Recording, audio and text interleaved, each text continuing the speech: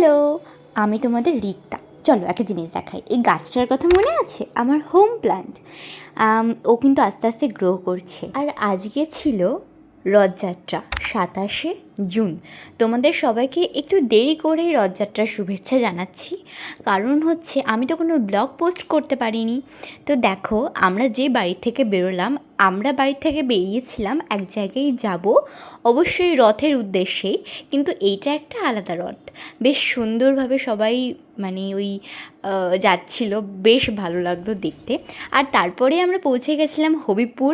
পৌঁছেই ব্রিজে এই পিচ্ছিগুলোকে এগুলোর সাথে আমার দেখা হলো। জাস্ট দেখো, এই বাচ্চাটা এত কিউট, আমার মনে হচ্ছিলো ওকে একটু ধরি, একটু স্পর্শ করি, কিন্তু ওর মা হয়তো ছিল সামনেই, তো ওই ভয়ে আমি আর হাত দিইনি।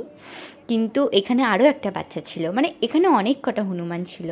তারপরে আমার মা একটু কলা খাওয়াচ্ছিল, সবাইকে একটা একটা করে কলা দিয়ে আমরা আবার রওনা দিলাম আমাদের গন্তব্যস্থল হচ্ছে আমাদের হবিপুর স্কন। আচ্ছা, এত পর্যন্ত যারা ভিডিওটা দেখেছো আমাকে জানাও তো, তোমরা কারা কারা এই হবিপুর স্কনে এসেছো বা চেনো, বা এই হবিপুর স্কনের বাড়ি কাছাকাছি কাদের। পৌঁছালাম তখন বাজে প্রায় 1:45। ভাবলাম হয়তো রথ সাজানো হয়ে গেছে। ও বাবা, গিয়ে দেখি রথই সাজানো হয়নি পুরোপুরি। তারপরে একটু মন্দিরটা ঘুরে দেখলাম, ততক্ষণে জগন্নাথকে নিয়ে চলে গেছে রথ সাজানোর জন্য। আর এই হলো আমি। মধ্যেখানে অনেক লাইন ছিল, যেখানে প্রসাদ দেওয়া হচ্ছিল, খিচুড়ি। তো আমিও একটু খেয়েছিলাম। তারপরেই শুরু হলো রথ টানার পালা।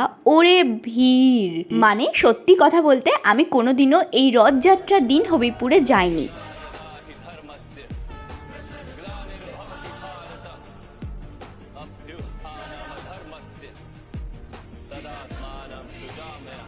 রথ দেখার পরে আমি তো ট্রেনে করে বাড়ি চলে এসেছিলাম। যাই হোক, শোনো একটা কথা বলি।